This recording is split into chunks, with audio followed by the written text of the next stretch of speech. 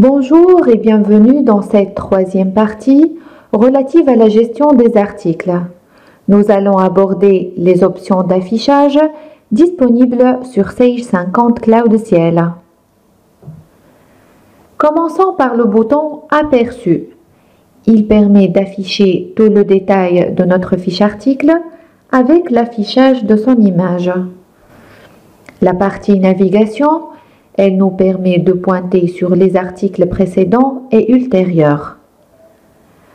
Le bouton Statistiques permet d'afficher toutes les statistiques relatives à cet article selon une cadence mensuelle et sur une période bien déterminée.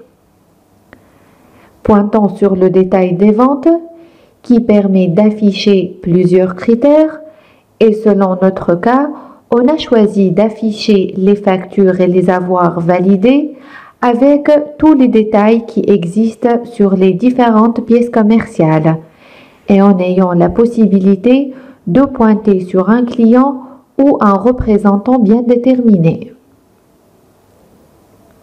Le même principe s'applique pour le détail des achats.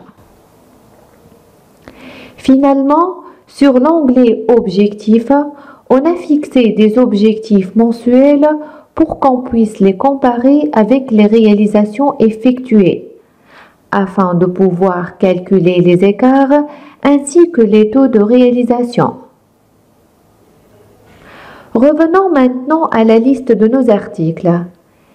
Elles sont affichées par code, la désignation de l'article, la famille, le prix de vente hors taxe, le prix de vente TTC, le stock théorique, le stock réel, ainsi que la marque de l'article. Cette liste est totalement modifiable par un simple bouton droit « Propriétés de la liste ». Et par la suite, nous allons pointer sur le bouton « Colonne affichée ». La liste à gauche contient tous les champs disponibles sur la fiche article. Alors, je procède à insérer la catégorie de l'article sur ma liste personnalisée. Je choisis la rubrique catégorie. Je peux procéder à la recherche de ma rubrique par simple saisie des mots-clés dans l'emplacement adéquat. Et je clique sur le bouton Ajouter. Automatiquement, ce champ va être affiché à la fin de la liste et j'aurai la possibilité de le monter ou bien de le descendre. En validant mon choix, je vais trouver l'affichage de la catégorie de l'article en fin de la liste. Et afin de faciliter vos recherches dans certaines listes, vous pouvez les afficher par regroupement. Je clique alors sur l'option Regroupement et je vais choisir la marque de l'article pour constituer un regroupement simple. Sinon, j'aurai la possibilité de pointer sur un regroupement à plusieurs niveaux. Et voilà, quand vous voyez, par exemple sur la marque BM, on dispose de 12 articles affectés. Prenons maintenant le cas d'un regroupement à plusieurs niveaux. Donc, en appliquant la même démarche ou bien la même formule, je peux choisir la catégorie et puis la marque comme un deuxième regroupement.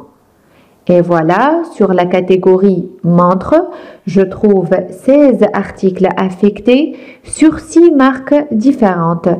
BM, Concerto, Fossil, Joalia, Jourdan ainsi que Oxide.